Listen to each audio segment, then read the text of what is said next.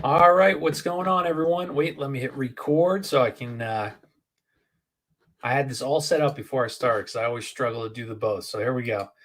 All right, everyone, welcome to another episode, Conspiracy or Just a Coincidence. I am Jack Allen. So thanks for checking in on today's stream. I'll make sure it's on Twitter. But we're going to finish up with the Devil's Chessboard. If you didn't watch the first one, I'd recommend go watching that one. But let me just make sure it's up here. Awesome. Yeah, so we're going to talk about the Devil's Chessboard. I try to not do current events. So I'll just stay away from them, dude.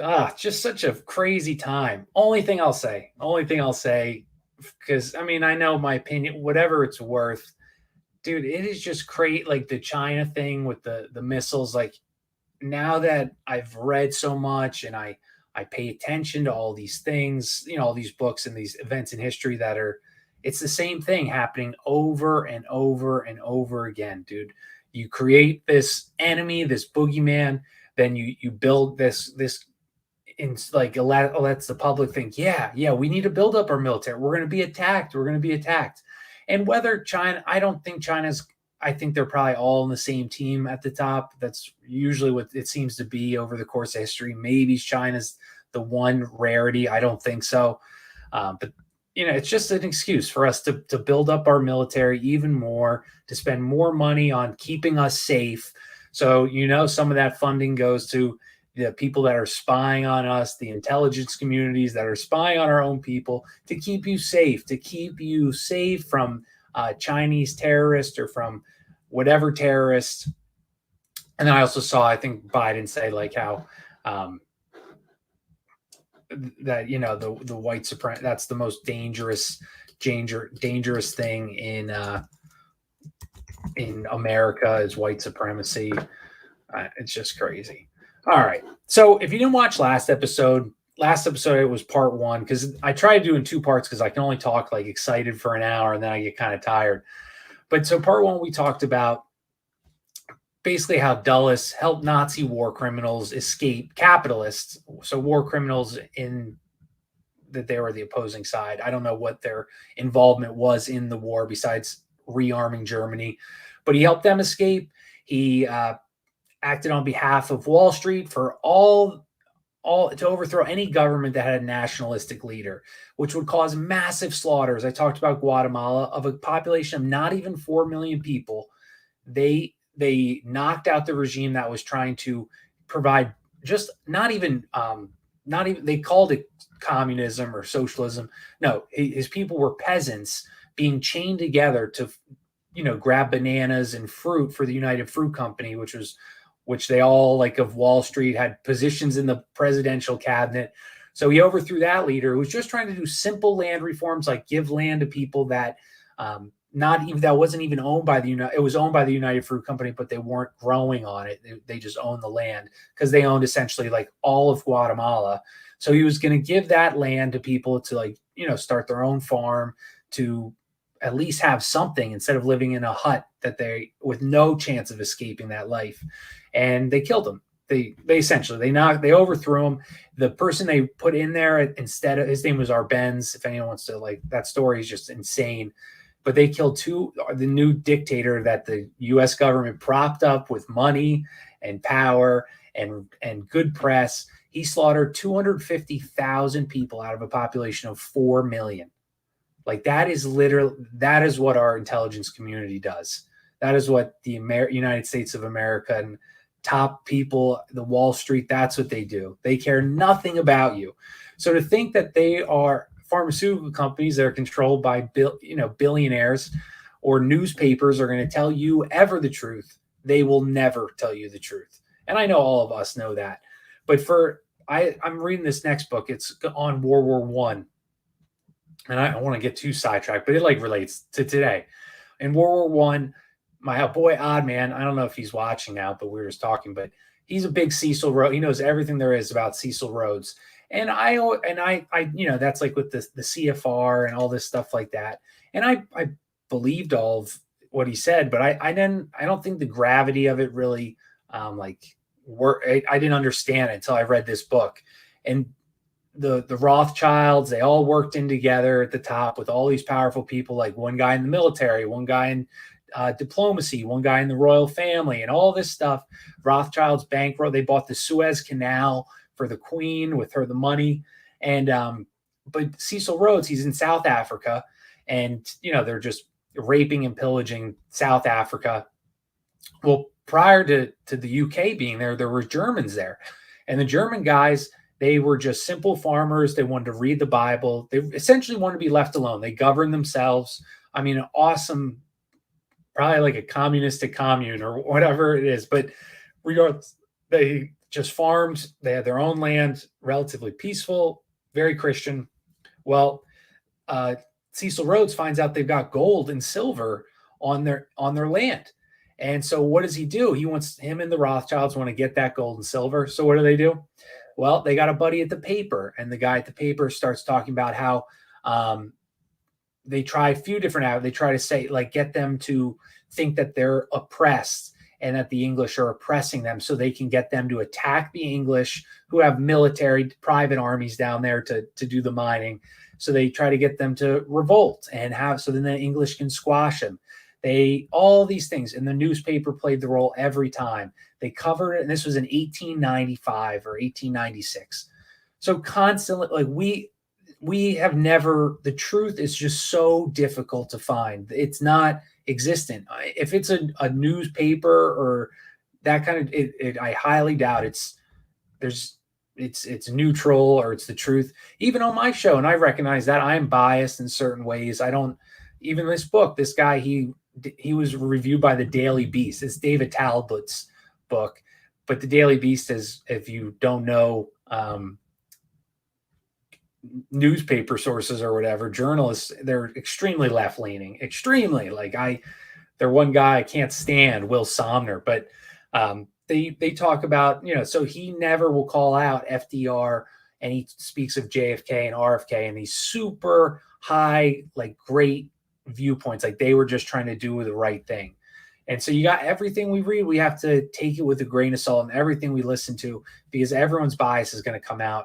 But independent people like myself and other people that study and research, obviously their bias, or I'm not being paid to push out a certain narrative. All right. So that was last episode. We talked about escaping Nazis, propping up governments, overthrowing foreign leaders if they were nationalistic and wanted to kick out the Wall Street people. And they would it wasn't too much to assassinate them at all. And yeah, that's it. So the first person I want to talk about today, one of Dulles' good friends, Major Reinhard Gehlen. I think I briefly talked about him last episode. But Gehlen, he was Hitler's intelligence chief on the Eastern Front. So Dulles' counterpart. And Gehlen was brilliant. He hated the Soviets. He predicted that the U.S.-Soviet alliance would fall after the war. He did this during the war. So clearly this guy has a lot of foresight. Well, he has so much foresight that as the Nazis are losing, he takes all the microfilms, I believe, it's way beyond, I think it's like something that you take pictures. I think it's like I'm doing a movie reel. But he has tons of these microfilms, all in the Soviets. So he goes to the mountains, he buries it deep, and you can bet your bottom that was the first thing he brought up when he surrendered.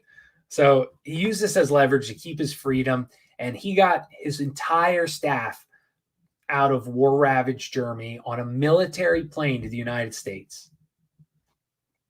Our enemies, they're evil.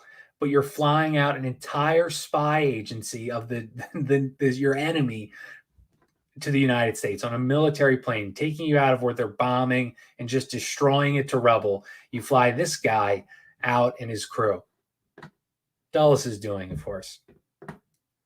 And Gehlen, dude, he had dreams. He had big dreams. He wanted to continue the military intelligence that the Nazis, but combine it with the U.S., like, national security system. Basically, Dulles looked up to this guy because the way that the Nazis were extremely strict, reading mail, all that spying, the stuff they do to us now, and the stuff that happened to us before too. But, they were even more high tech. Not high tech, but more involved with it. So Dulles respected this guy is what I'm saying. So with financial support of the U.S., they created the West Germany's Gehlen Intelligence Organization, kind of like the CIA. It's just in West Germany. And in 1948, he's like getting a little big for his britches. He's hard to control the U.S., and the U.S. is catching flack for it from honest people in the military that know this is going on. And so they say, all right, now you're going to have a boss because someone's going to talk about this, and we're going to get, the American public who we've told to despise these subhuman people are going to freak out. And also I think I've said this last episode, but they weren't even just working with like guys that fell into the Nazi regime, because who's our NASA guy, Werner von Braun. They made up all these lies that he was often like in this distant, remote place, just doing math. He didn't know anything that was going on. But we hired people to work for the intelligence organization in Germany that were so evil, that were, doing horrible experiments to prisoners of war. Horrible. But we hired them. To the top again. It just doesn't matter, dude. It doesn't matter.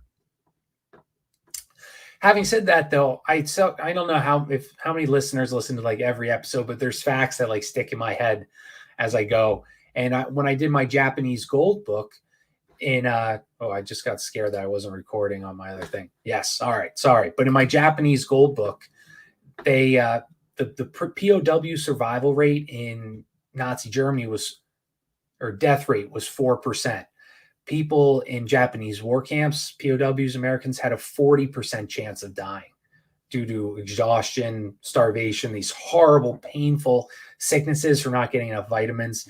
So just something interesting. I just found that we never hear about Japan.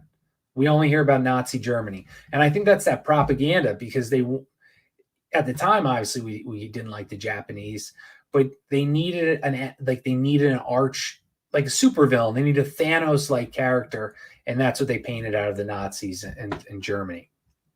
So who sponsored this West Germany intelligence group? Obviously, our boy, A.D. Allen Dulles. And now Allen, he didn't just respect the guy.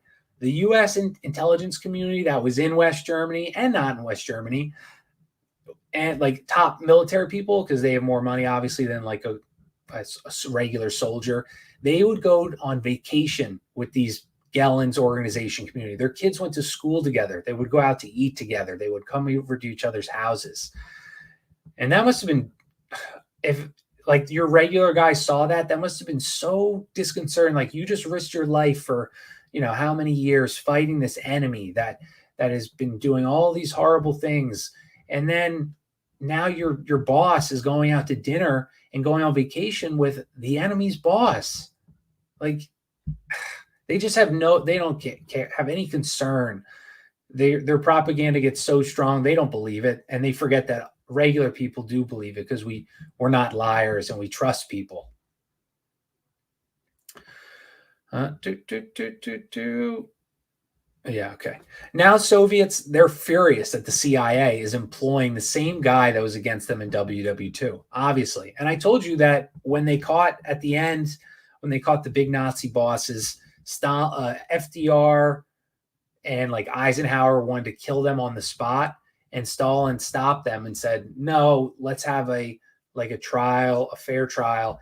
And I think they probably wanted to kill them, obviously, because they don't want them talking, because they created these, like, that they have ties to the Bush family and to the Rockefeller family and to Wall Street and to Dulles's law firm. But Stalin actually stopped them. I just found that, it's hard. Like, we're all learning so much, and I always try to keep an open mind. And it makes you wonder about like certain leaders, how much of it is a lie? Like, how much of it is a lie? I'm referring to like Stalin. Like, I'm sure it's evil and horrible, but are we even better? Like, we don't starve here, but where we're going, as you see, it's not looking wonderful, Well, I think I'll touch more on that later. I don't want to keep beating a dead horse while I work through my theories with you guys listening to me.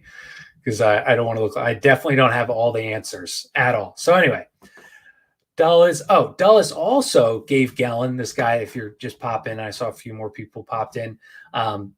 He gave this guy a $250,000 loan, which is equivalent to like $1 million or $2 million loan today. The head of the Nazi intelligence gave him a personal loan, interest-free, I'm sure, interest-free. And Gellin, and this is the craziest part, he even got a huge ceremonial dinner at the Kennedy administration. Let's see if we can see that Kennedy ceremony. I just want to see if we can find it. Reinhard Gellin ceremony. I don't know, but regardless, he had all these powerful people with him at this dinner in DC. He had Dulles and JFK and all the cabinet and all these top generals, all these guys that were at his ceremony. The guy that ran the spy agency of the Nazi Germany. And it's amazing, no one questioned this. And I'm sure people did, but the newspapers, people weren't so jaded by at that point, and they probably believed him. They probably believed, oh no, he wasn't a bad guy. He's actually done so much good for America. And our grandparents, they never would have, but they never thought, I think they never thought that these people would be lying so profusely and profoundly. They kept him around because he also helped sell the war of capitalism versus communism and the evil Soviets, and creating that other arch nemesis kind of storyline. One guy, he actually blew the whistle on Gellin. They said, dude, this guy was the top dog in Nazi Germany. We can't work with him. They're recreating. They're doing the same thing just without Hitler. And what happened to him? His last name was Trudeau, also the whistleblower. Well, the CIA transfers him all the way into the Far East, away from everybody. So I'm sure that inspired lots of people to speak up, with the fear. They can't fire you because then you're going to definitely talk. But we're going to give you the worst position in the middle of nowhere and be away from all your family if you ever speak out or question what the organization does. And that's a good rule of why no one speaks out about, even in police or in the CIA. One, you have to support your family, right? So you can't speak out really. And two, these guys are your brothers, they're your coworkers, your colleagues. I'm sure they get in some hairy situations together. They're not going to rat out their brother or their very close friend. And that's what a response people say, well, how could they keep it all a secret? With any conspiracy. Well, they keep it a secret, dude, because their livelihood depends on it. It's like a cult. You believe in this group. You think, and they probably get you to think you're doing the right thing. I'm sure FBI people and stuff, they don't think that they're horrible, stormtrooping, rights-taking, can't think of any other negative adjectives. They don't think of themselves that way. They think they're helping, probably. I think the most part they probably do. But obviously they're not. Maybe if they listen, they'll re-examine their lives' decisions and realize that. And Germany at this point already, Dulles is encouraging them to rearm again, to build up their military a third time with Gellin. And obviously, they've broken the rules, I guess once, not twice, but just funny that Dulles wanted to do it again. And I was also, because I'm sorry to keep kind of going back and forth, but the book I'm reading, if you want to catch up and beat me, it's called World War I, the Secrets of World War I, or something like that. Ask me and I'll send it to you. But he talks about that Germany before World War I was the most technologically advanced, powerful nation with the Kaiser, their king, and just so powerful. Okay, and they were creating a navy, all these things. And UK was the powerhouse this time, and this country is surpassing them.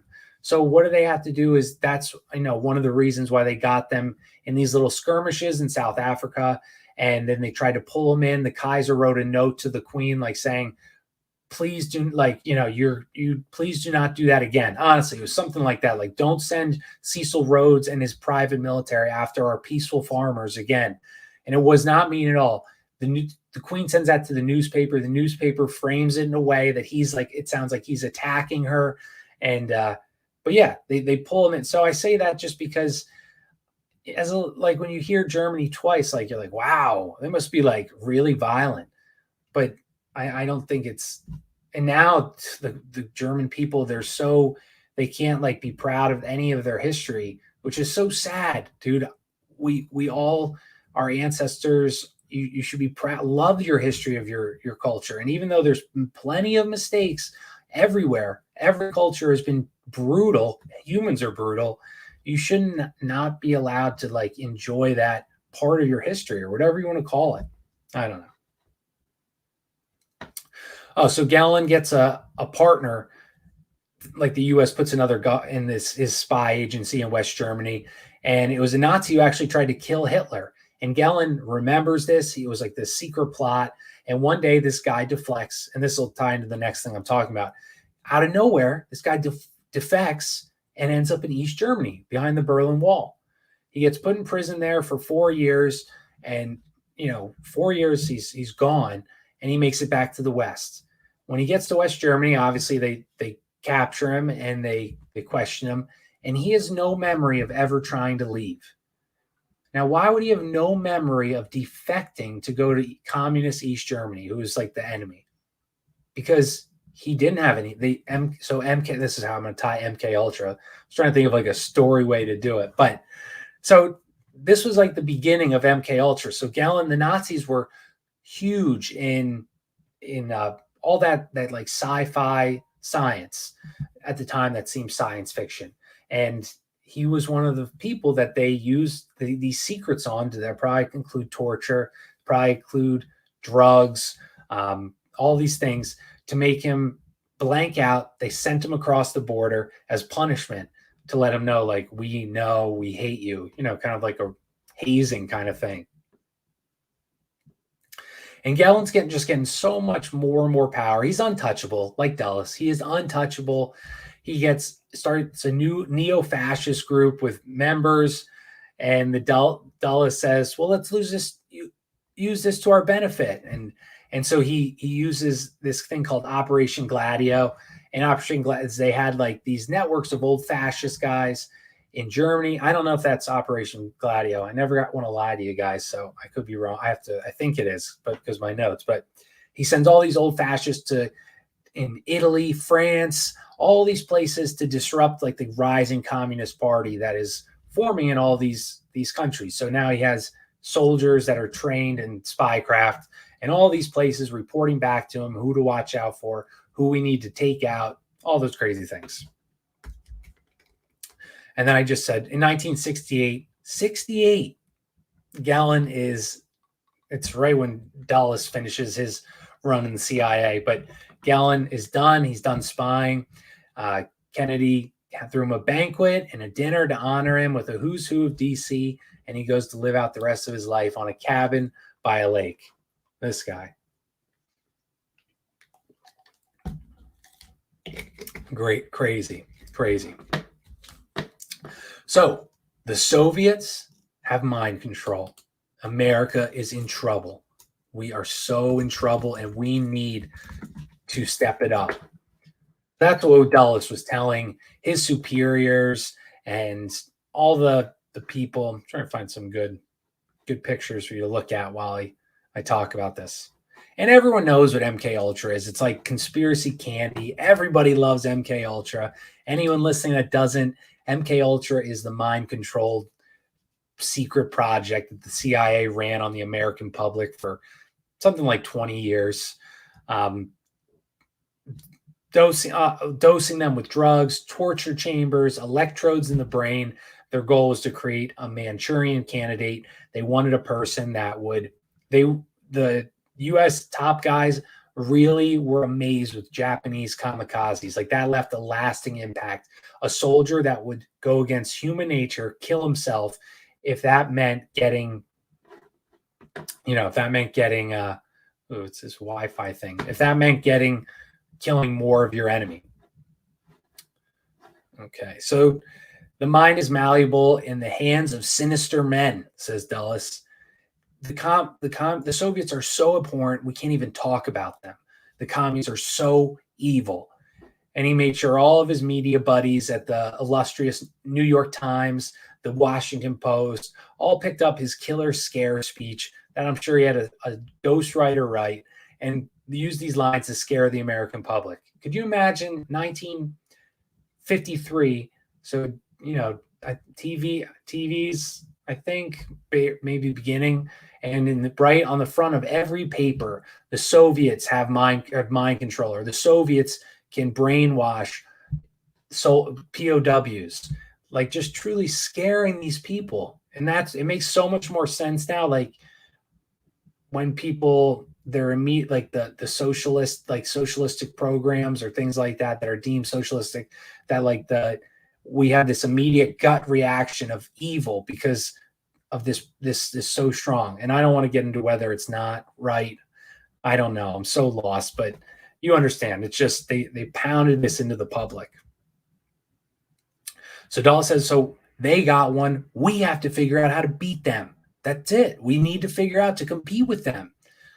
And he started with a $300,000 budget. It grew into multi-million dollars for 25 years. So imagine how much money we spent on brainwashing people. Hundreds of millions of dollars. Oh, God, isn't that like just so disgusting? Under the guise that the enemies had it, so we needed to have it too, when we had no idea if they had it. So I talked with the operations are in hospitals with unknowing people. They were in prisons as well, and I've been in jail before. It's definitely not a wonderful place. You shouldn't be dosing them up with 100 hit doses of acid, but you understand, like it's not okay to do this to anybody, to put drugs in their food or water without them knowing, and studying them, or keeping them in deprivation tanks for 30 days straight, listening to the same few words on replay, like insane stuff. So in hospitals on unknowing patients, they were using these tests of MK Ultra. So Sidney Gottlieb, I've seen his name associated with MK Ultra more than anybody in the world. And so Sidney Gottlieb, he was the chemist. He was like that mad scientist. I was a mad scientist for Halloween. My mom made the costume. I had a little tube with a squeezy thing, and it could make my spider jump. But yeah, so Sidney Gottlieb was that key, the top drug expert. No family, all he did was work, and he had no issues testing on unknowing humans. He just was kind of like a nut, right? Like very eccentric or totally deranged.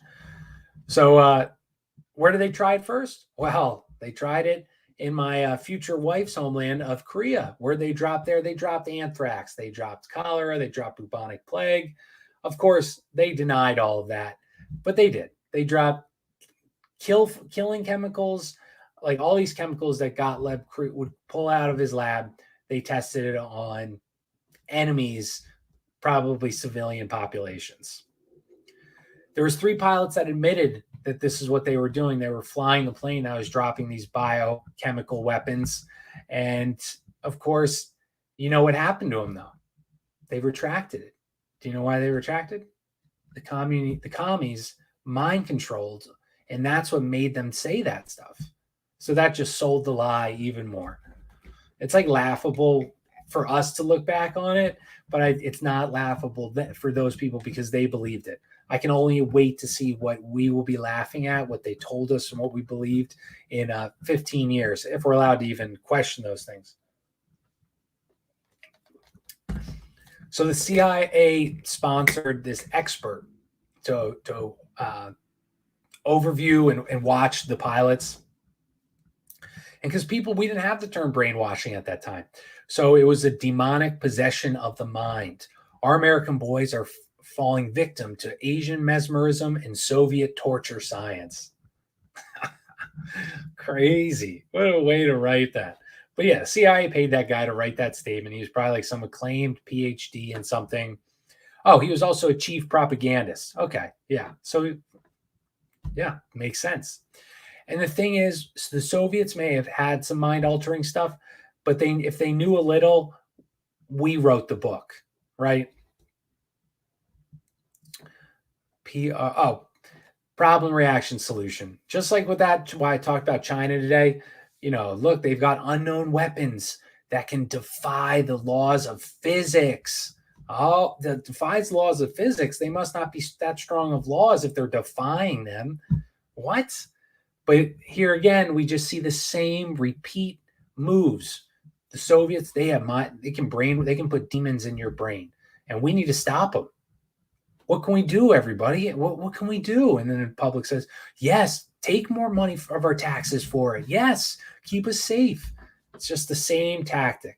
And that's probably why they teach such horrible history in school, because then so many more people would be like, wait, we've like gone through this already like 4 times where you've said something and it hasn't been true. And this is just another esoteric workings in the intelligence community that just keeps popping up century after century after century. They're talking something that goes on with spies and demons or aliens, but I think all aliens are demons. Something weird is going on between this group. And I haven't made the exact connection yet. I always say, like, I don't know if what came first? Spying came first, and then they just found out like these esoteric principles and Kabbalah and all those things like that. Or did they start with, they were like into Satan worship, and then they fell into the spy agency? So if anyone has a good answer for that, I would love to hear it. I think I told this story before, but a guy named Frank Olson, such a sad story, but maybe it's karma. I don't know. So Frank Olson, this is him from Mind Control to Murder. This story is pretty, because this story is well publicized. All right, we'll go. You guys can see the photos. All right, so Frank Olson. 1952, Frank Olson was a CIA biochemist. He worked in Camp Dietrich, and that was either with Frank Zappa's dad or John Phillips of the Mamas and Papas dad.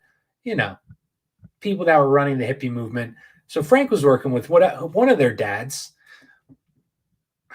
and was working in Europe after World War II, subjecting Soviet prisoners to experimental interrogation techniques to be able to get them to spill secrets. Shock, hypnosis, biological warfare, all things that were also created and used in Korea. He even worked with chief anesthesiologist at Massachusetts General Hospital to do it on his patients without their consent.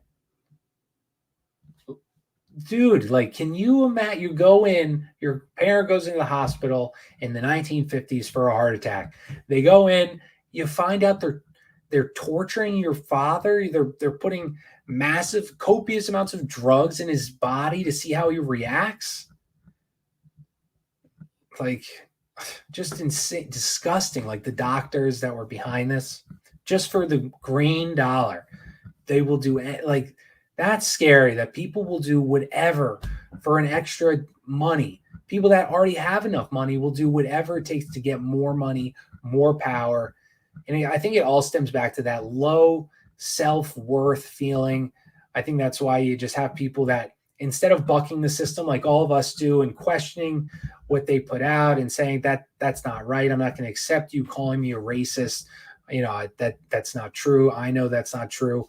But instead of doing that, that's because you're proud of yourself. You have pride. You're confident. And even if you're not the most confident, for the most part, you're confident. And there's also some nut jobs in our community. But people that are on that other side, that they're not confident. So they can't take people coming at them, calling them names. They just want to be liked. And I think that's a large percentage of the population. So that's so easy, as you can see, to move the population feelings with propaganda, with celebrities talking a certain way, with newspapers, all this stuff like that. It's so easy to move these people because they just don't want, they barely like themselves. And to have like the newspaper tell them that they're a racist or they're transphobic, they can't handle it. So they just go with the flow, and then their mind like picks the path of least resistance. Frank Olson. So he went to Germany, saw the tortures, his creations, and what had happened and the real life effects of the things going on to these people. And he snapped. Like he had a coming to God moment and said, Jesus, what am I doing? And he wanted to leave, dude. He wanted to get out of the CIA as fast as he could. Well, if you don't think the CIA is a cult, this will tell you it's a cult. Because of all the things he knew, his colleagues say, hey, come on, buddy, let's go up to the camping trip. We'll hang out. We'll talk to you. Well, they spiked his coffee with over 1,000 times a normal dose of LSD. And if you've ever done that, I will not confirm or deny if I did, but if you did, like one, you're pretty messed up, right? You're not like seeing elf, but it's hard, you're definitely not in your right state of mind. Well, so imagine that times 1,000. Like this man would have a psychotic break, which he did. So he comes home, he's insane. His wife is frantic. She calls his work, like, what happened? CIA says, oh, we'll take care of it. That's so weird. He was fine. He was a little weird when we left him, but we just thought. So they take him to a Dr. Abramson, who was also a hospital doctor running experiments on patients with LSD. And they even took him to a magician because they didn't know what to do. Regardless, Olson, he's, instead of going back to the hospital or something like that, they take him out. He's in a hotel room in this building. I don't know if you can see this. So it's just anybody watching it. Looks like it's like 20, 30 stores. Well, he falls out of the window. Of course he does. Falls out of the window. I don't know what floor it was, but later they checked it. All these inconsistencies, like he was dead before he fell out of the window. So I just say this. I say this because the CIA had no issue killing their own. Ooh, lack of empathy. Definitely true. So so he fell out the window, and this just sets like the precedent that not that the CIA didn't kill people before, they killed any foreign leader that wanted to keep the land and for their people and all those things. But you can see that they had no issue killing their own people to keep the grift going. And one guy, so another guy they killed, let's see if he's not very popular, this guy, Kronthal. I didn't save his last name, sorry. 19 CIA. Kronthal, he had a sick proclivity for little boys. And so the Soviets set up a honey trap for him. We did this to everybody else too. Have you heard of Jeffrey Epstein? He used to do something like this. I'm smiling if you're not watching. So they set up a honey trap for him with little Chinese boys. So they videotape him, they all this stuff. Not that this was unknown at this time, but there was no evidence of it. So the Soviets do it to embarrass Dulles, and it's like a game to these people. And Dulles finds out. He tells his muscle people, they're the Office of Security. They do to handle the dirty jobs. And he talks to Kronthal and says, "We got to do something about this. Like this can't go." That's what Dulles claims they did. But anyway, Kronthal goes home. The housekeeper arrives the next day. There's a note on the door asking not to be disturbed. And it was said he also left a letter to his superior that talked about work stress, except it wasn't in his handwriting. That's what his sister said. But what did he have in his possession? Was a little vial. It was an unidentified poison. Most likely. No one could identify the poison because the autopsy, I'm sure, wasn't legit at all. But why would he have a vial in his hand? What are the odds that he's drinking water in little tiny vials? I told you, Gottlieb and Olson, they've created so many poisons that were specifically so medical examiners would never to be able to detect. That's what they did. So they used it on its own. Like they had James Bond stuff, like what's the blowfish guy that pops up? They had his poison. They had heart attack guns. They had pens that would cause a stroke, like anything you can imagine just by touching. You think of Breaking Bad, the ricin thing. Like that's what the CIA can do. I haven't looked enough into it, but like Stanley Kubrick, he had a heart attack suddenly at a young age. He knew some things. So they do this all the time. Or Gary Webb, 2 shot. I mean, this wasn't by a poison, but he shot himself twice in the head. That's pretty hard to do. I talked about, and so continue with the MK Ultra theme, Allen Dulles Jr. So they killed Kronthal because of that stuff that came out. And the CIA needs to have this aura of amazement and all those things. So this is Allen Dulles' kid, Allen Jr. And I think I talked a little bit about this last show. He wants to show out his old man, like break out of his shadow, but he gets shrapnel in the head in Korea. He was on the front lines.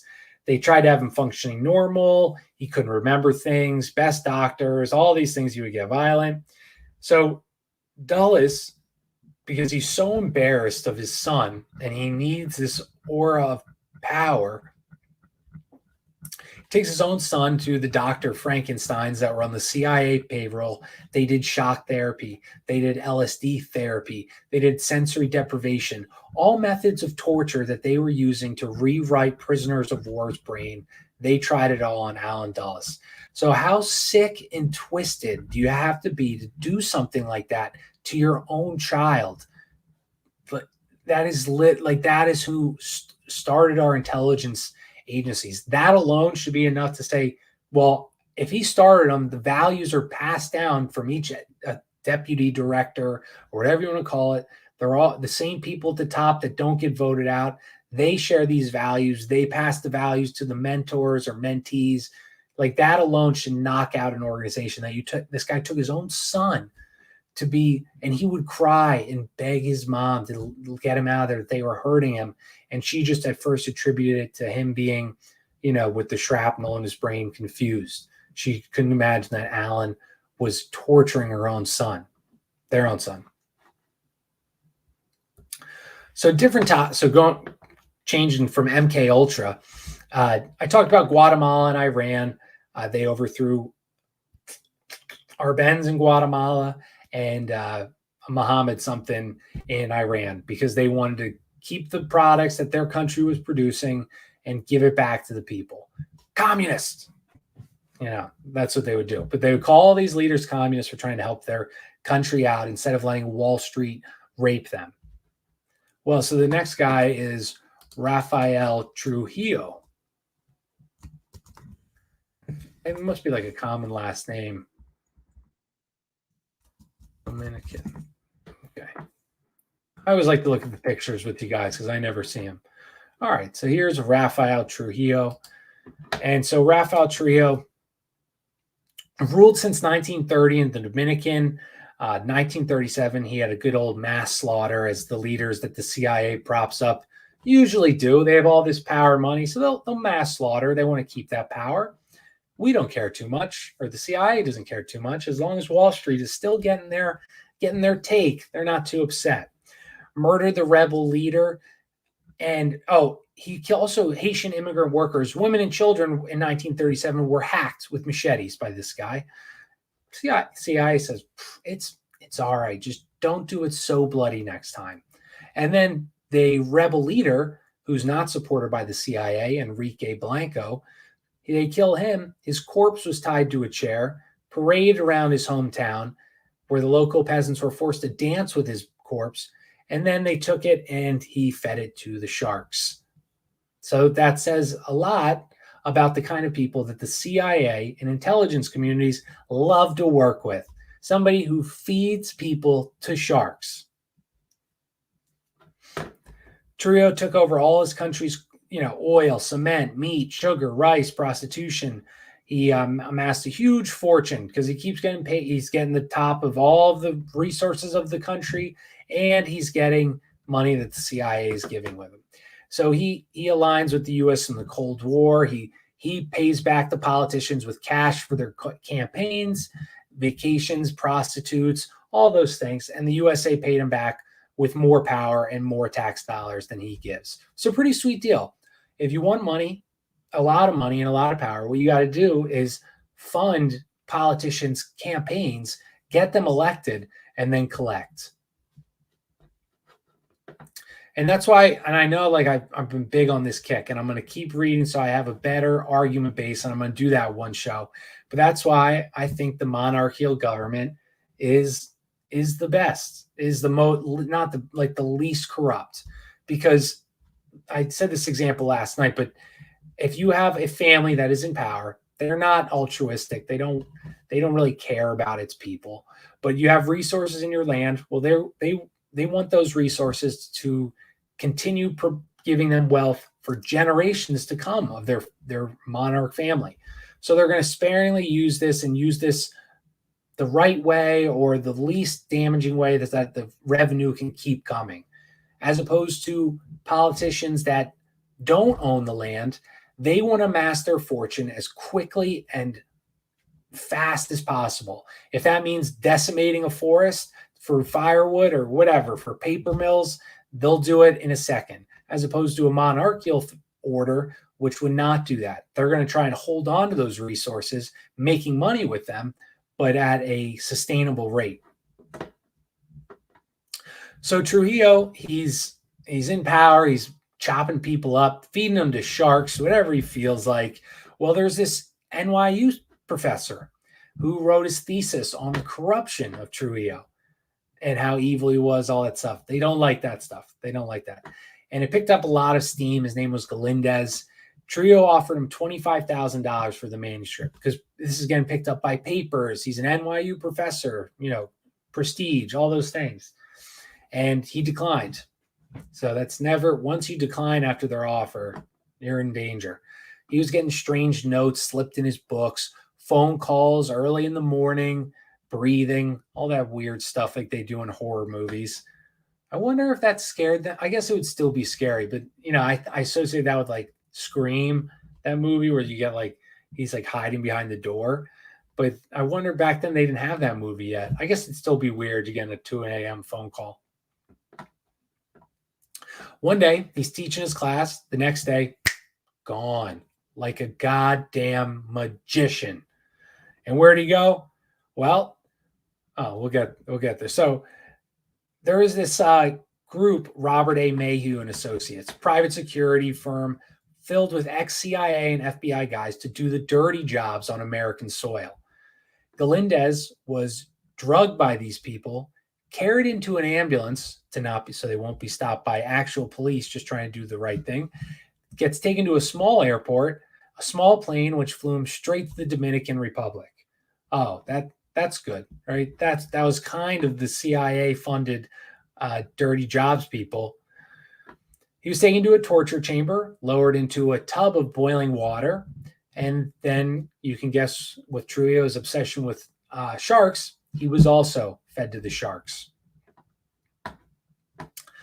And the story got broken in a small paper that, because the CIA, they can't control every page. Stories get out that they don't mean to get out, especially back then with, there's like those memes of like journalism in the 1950s, and it's like a little Boulder hat, and he's like the big dog. And then journalism today, like why badminton is racist, or whatever. Oop. So it breaks in the story.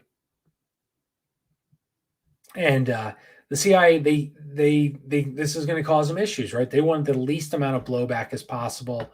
So the detective, they sent their little dirty group to break into Galindez's home, steal all of his papers, his briefcase. That was all given to Alan Dulles.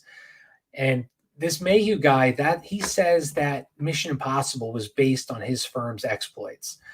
Like you will be disavowed by the United States government if any one of you is caught, captured, or arrested. You will not exist. One of those kind of like stories. And that's who Mayhew's group was like the Suicide Squad of the CIA.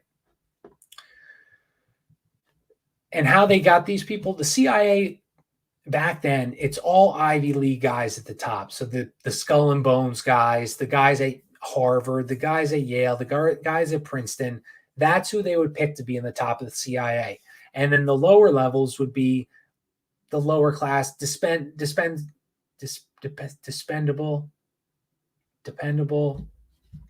Oh my gosh, I can't think of the word. People that they could lose, and it's just kind of like a hierarchy, just like we have here.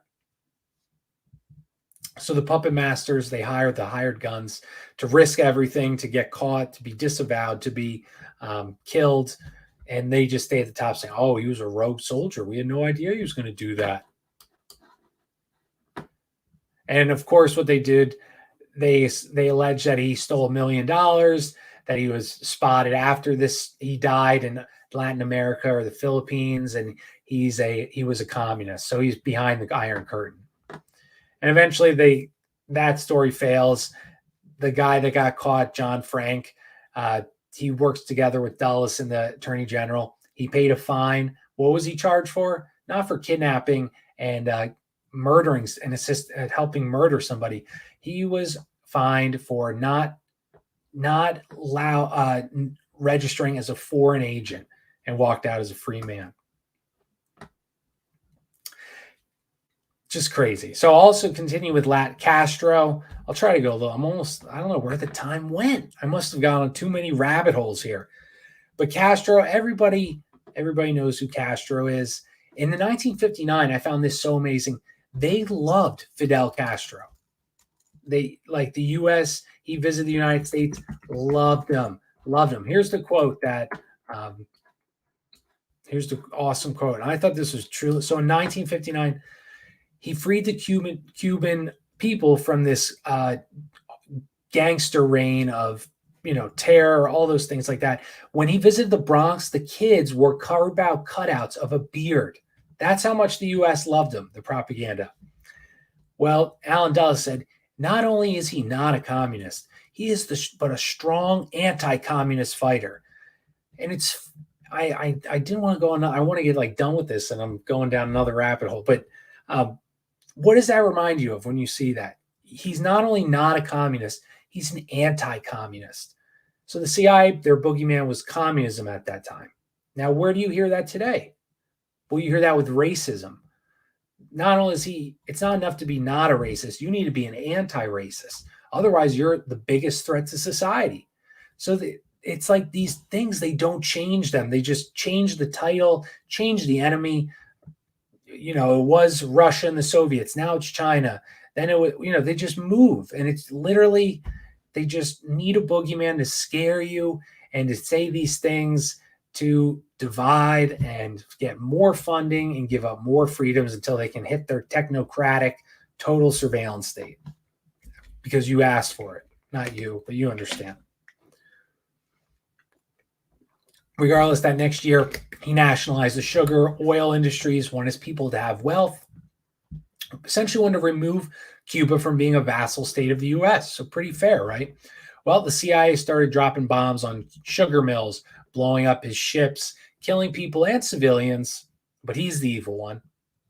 We're killing their people, and he's the evil one. And I don't know enough about Castro to say if he's not, but it's just humorous that, And then 1960, his plane, when he came here in 1960, a year after the little kids had cardboard cutouts of his beard on, he had to fly his plane home because they impounded it. The news killed him. They killed him. They destroyed him. They even reached out to the mob to assassinate him. They tried their dirty hit squad, all these things. They all failed. And so I don't know enough about Castro. So someone, if they're listening, I'm sure you know more than I do. But to me, based off this, is just another toppled leader that wanted to nationalize industry in their country to give their people the financial reward of working all their resources of the country they're from, as opposed to giving it to Wall Street greedy people so they can have, instead of 5 million at this time, they could have 30 million. And so all this happens now. We already went Guatemala, Iran, Dominican, and Cuba. Let me just see if, yeah, okay. So Dulles and JFK. Everyone knows what JFK looks like, but let's pull him up. You guys remember when JFK Jr. was the thing? Oh my God, for the letter that shall not be named. I remember watching what was the good like the big one. It was like 11 parts or 16 parts. Whoever, it was like not a British, but like someone over in Europe made that video, like saying that Vince Fusca, that guy was I mean, just insanity, dude. And I never was full, I think I said that full Q, but just crazy that there still people are, they still believe it. It's so sad. It's just like, oh God, dude. And yeah. All right. So JFK, though, the author already said this. He's like biased against the Republican presidents as opposed to the Democrats. And I told you it was reviewed by The Guardian. So clearly, The Guardian is not an unbiased news source. So he writes JFK in a very good light. JFK meets Dulles because he's smart. He needs to plan ahead. His position relies on who's going to be voted into office. So he loves Nixon. Nixon and Dulles have been working together for a long time. I think I told you last episode, Nixon helped get this war criminal that funded the Nazis back and snuck him into the U.S. under the guise of him building this pipeline in California under a fake company, which never happened. And then the checks came in, and a bank teller caught Nixon getting these checks for like equivalent to like $500,000 from this guy. And the CIA covered that up for him. They squashed that story. All the evidence was gone. They labeled it a political hit. But so Nixon thinks Dulles is his boy, right? He's not gonna talk to Kennedy. But he was very upset that he was being buddies with Kennedy. So obviously Nixon loses, and Kennedy's first plan actually is to get rid of Allen Dulles. He hates him, according to this author. He puts in the sense that like Kennedy was an honest, hardworking, just one of the best for people. And maybe he was. I don't think so, Brian. But his national security advisor, McGeorge Bundy, he orders the McDouble, the McChicken, and then McGeorge is happy. Bad joke. But so George Bundy, the Bundy family, I think they're one of the 13 families of the Illuminati, according to Fritz Springmeier, but very powerful family at the time. Ted Bundy, I guess, kind of ruined that thought or the recognition. Now, when I hear Bundy, I definitely don't think of powerful politicians. I think of Ted Bundy. So a lot of connect, and the Bundy family is a skull and bones family, buddy with the Ivy Leaguers, all those things like that. So lots of connection with Dulles. So if McGeorge Bundy Kennedy would only see what McGeorge would give him. What was important? He had that power. Like, I'll pass this along to the president. Well, we'll slide that in the trash can. He won't know about that. And so McBundy and Dulles, good boys. So he's not going to give him anything bad about the CIA. Oh, this sad story. I know that you've heard me talk about the nationalist leaders being thrown over. But this is just such like the sadness of it is brutal. So this guy, Lumbumba, I'll go through it quick.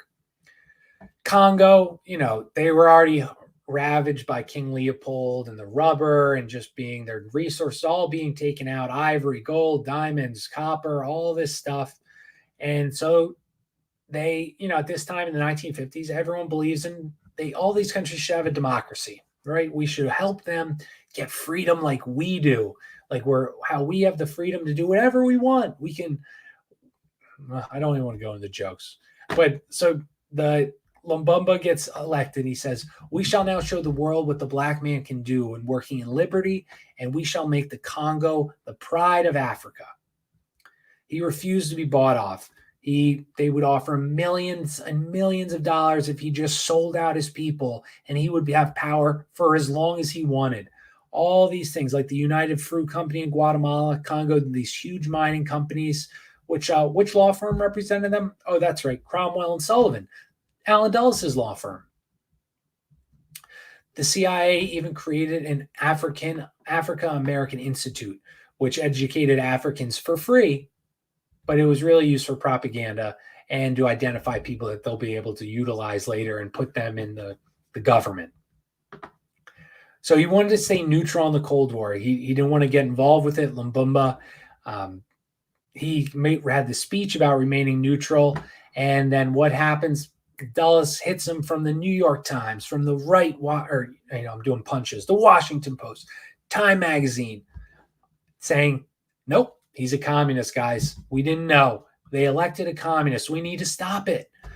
So they pay his like rivals or just paid thugs by the CIA in the Congo they arm them with helicopter, tanks to go and chase Lumumba. And Lumumba, he's driving with his family and his guards as fast as they can all through the Congo, which, there's some back roady kind of things. And there's one town that is they're going to protect them. They have enough people, their resources, all those things like that. The helicopter's flying like right over them the whole time, the caravan. They get to a river. There's only one canoe. It sounds like a fake story, but there's one canoe, and Lumumba gets put over on the other side of the river.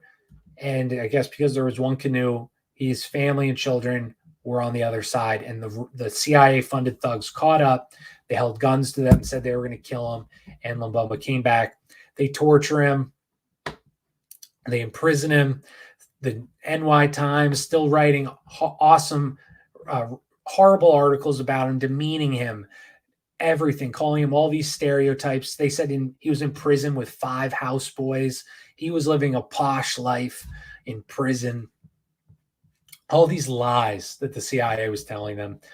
And his quote, though, at the end of his life, neither brutality nor cruelty nor torture will ever bring me to ask for mercy, for I prefer to die with my head unbowed.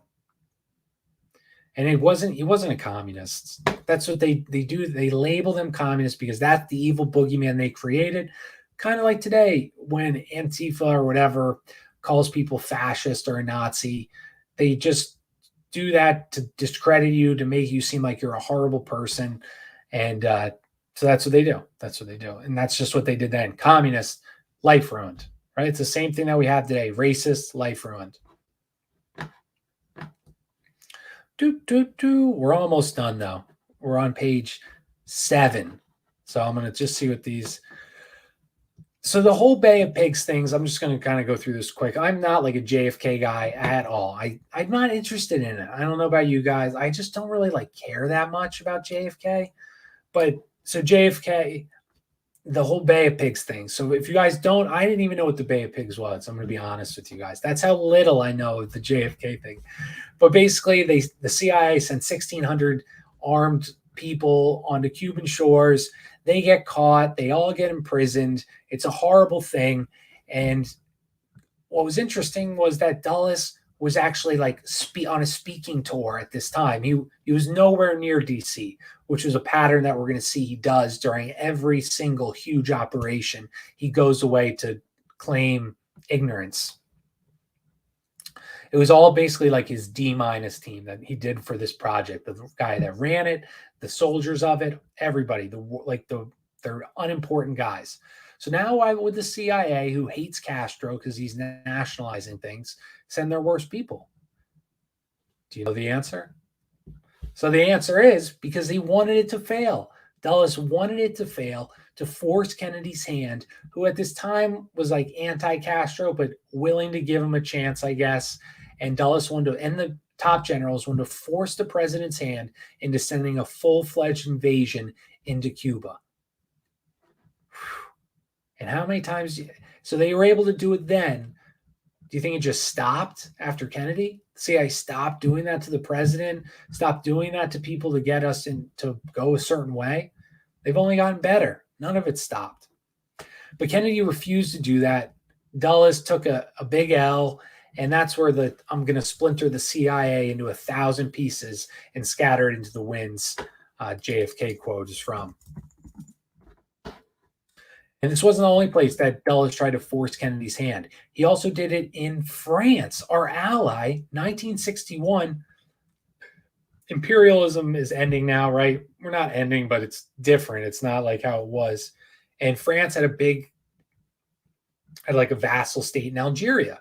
and they controlled it for a long time. There was generals there. Well, the France are getting ready to give them back. They're claiming they want their independence. So the French in this time that were so sophisticated and progressive say, sure. Or, the president says, that's fair. We'll pull our troops out, all those things. Well, there was a general there. And the president's name was Charles de Gaulle, just so you can see. Charles de Gaulle was the president of France at the time. Oh, he looks like a crazy dude.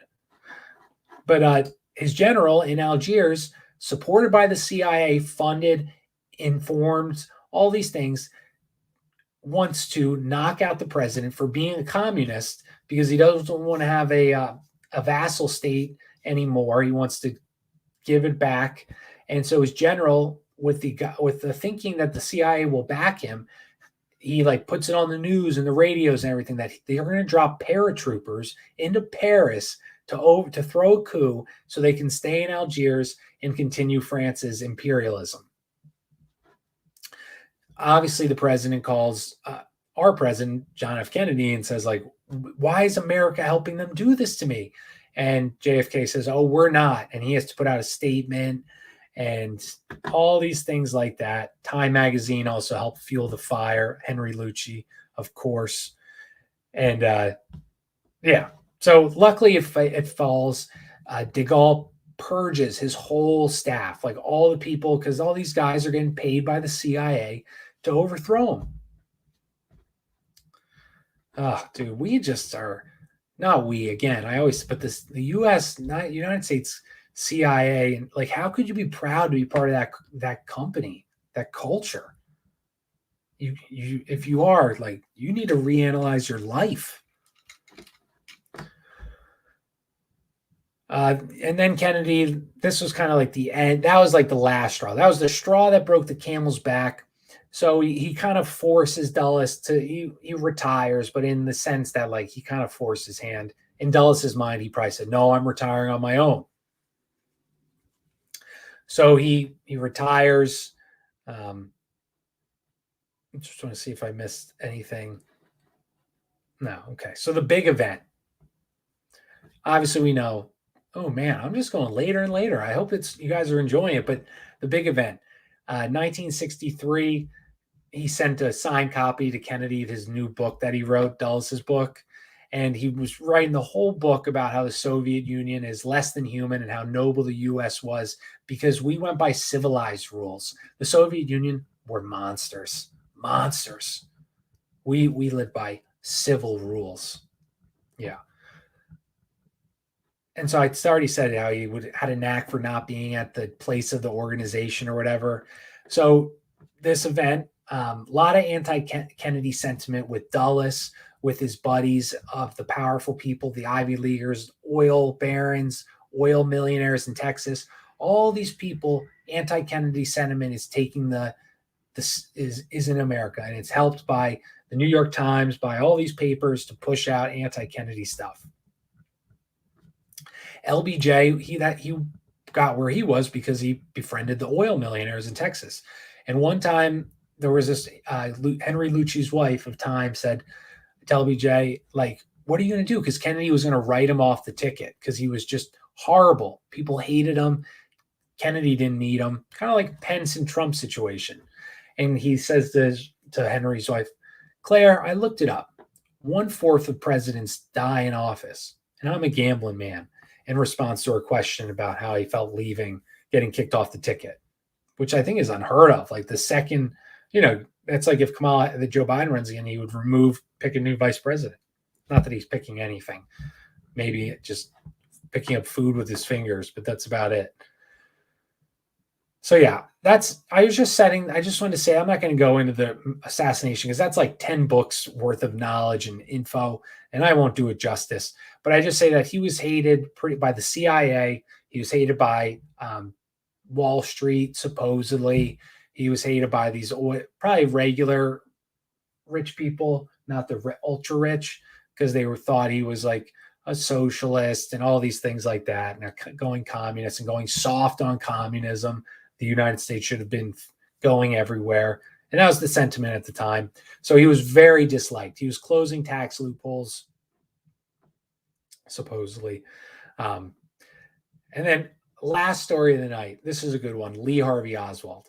So Lee Harvey Oswald, this is a good story because this shows again how the CIA uses people as patsies, even in our community, even in Antifa's community, and all of our, you don't know who you're talking to on the internet. And we all make the joke like Fed posting, but always be careful because I love learning about this stuff. I know it's wrong, but I know the only thing that I can do is to live a life, to be close to God, have children, hopefully get our land soon. And that's all I want to do, right? That's how you win, is you just leave.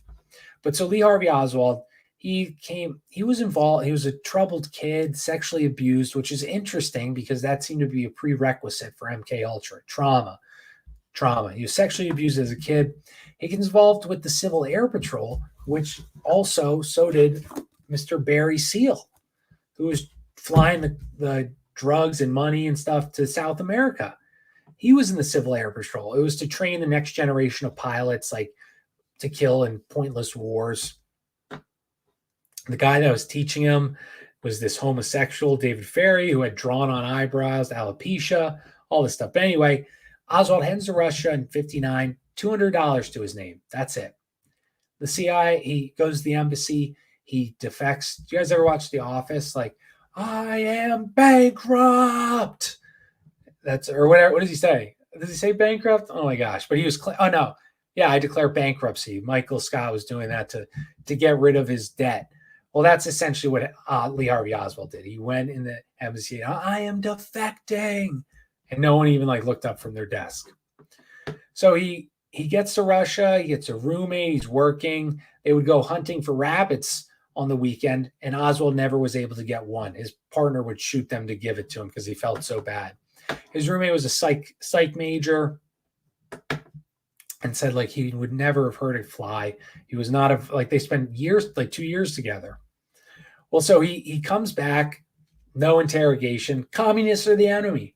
No interrogation, no detention. He's let in. The State Department even gave him $500 for travel expenses. What? Dude, we're starting wars over communism, and we're letting somebody who's just spent years behind enemy lines come back without questioning them? Why wouldn't they? That makes no sense if that was truly their fear, because it wasn't. Well, then he gets back. He goes to Texas and all around. He brings back his wife.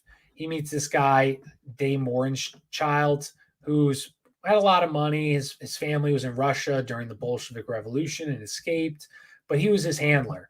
And this guy, the CIA used him because he had he wasn't rich. He always actually lost money, but he was in these circles. He was a chameleon. He was in the oil monies in Texas. He was all these places. He'd go over to Europe and mingle with these people, and he'd come back and debrief with the CIA agent.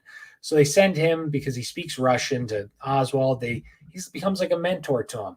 And of course, he after Oswald's killed, this D. Child, he writes a letter or a book, a manuscript,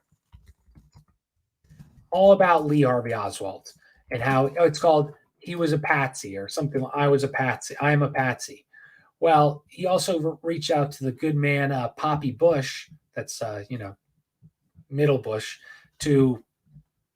he said, I think I'm being followed. And this guy's old at this time, 70s. Can you help me? Are they following me? My phone's bugged. Bush, of course, denies it was happening. He was the director of the CIA then. And Bill O'Reilly, shockingly, this was such a blow. In 1977, Bill Riley, the up-and-coming Dallas reporter, had some stunning news. He was at the house where D. Child was dead by suicide. I was on the doorstep as I broke this crazy information. Bill Riley, what an honest reporter. Actually, Bill Riley was nowhere near that. He was cities away, states away, but he made that claim. And you couldn't question how would you determine that back then? See, dude, they plant these people to create a narrative. Bill Riley was the guy that was the first one to report on this guy who had distinct ties to Lee Harvey Oswald. He was the first to report on his suicide. They made Lee Harvey they sent him down to Louisiana, and he joined an anti-Castro faction. He's going to protest. Then he also joined a pro-Castro faction, like a group, and he's at their protest. He gets caught because the anti people are fighting the pro-Castro people, and they say, dude, you were in our group. And he gets written about in the paper. And then he does something similar in another city, like planned things so people are like, oh, see, he was here. He was a radical. He was an extremist. He was protesting here. As we know, that whole story of him dying. And also a thing to show how disgusting Allen Dulles was. At the Warren Commission, which was the JFK thing, there was at one point in examination, they had JFK's blood-soaked clothes and tie were pictured, and the tie was cut because the doctor was doing surgery trying to save JFK. What's Dulles say? He goes, by George, the president wore a clip-on, expecting huge laughter in the audience. So that should tell you what kind of person Dulles was. Is that the joke you would make when people were devastated that this president was killed? By George, the president wore a clip-on, like thinking you're hilarious, thinking you're Dave Chappelle making off-colored punching down jokes. I'm joking. I don't really even think Dave's okay. I didn't like the last special at all. RFK, similar story. His guy, Sirhan, 7-bullet gun, but it fired 18 shots or whatever into RFK. He doesn't remember any of it, just like Lee Harvey Oswald doesn't remember any of it. Both were probably CIA people that they groomed to do these things. And if you want to get real weird, they used brainwashing of MKUltra to create these people, especially with Sirhan maybe, or just to get them in these locations. And they maybe thought they were doing something else. And then they kill them and they forge the evidence on you. And that's the episode. 1969, Dulles dies. His buddies come to his house. They clean out his house while his wife sleeps up, like just lets them to remove all the where all the bodies are buried, all the info that Dulles has. They get rid of it all. They clear them out. And you know what? They name an airport after him. And so anytime you fly, believe that's DC, right? Dulles International Airport. You can reminisce about what an amazing man was. Maybe you could play this show. Anyone, if you fly into Dulles, I want you to listen to this episode and see if you can, I don't know, but just insane. So the CIA continues to grow, everyone. Just like I said, it's not enough to be, he's not only not a communist, he's an anti-communist. They've changed that to racism. Or a white supremacist, or all those words they like to call people to ruin your life. Is the same tactic they use with communism. It's the same tactics. They get the boogeyman, they take your rights away, and they want to just essentially enslave us all so we can never stand up and do our own thing. The more power they get, it's just continual. Any organization that does not grow, it will die. So what does the CIA have to do? It needs to always grow. The intelligence communities need to always grow. I mean, think of how many offshoots there are. You have the NSA, the CIA, everything you can imagine, the ATF, the FDA. I know that's not an intelligence organization, but yeah. So how do you beat them? Right? I always try to end on a happy note because there is a lot of dark stuff here and it can be depressing. But the way, again, I always say, and I say this every time at the ending, it's not like I have new things, but don't watch propaganda, don't watch movies, don't watch Netflix, especially no pornography.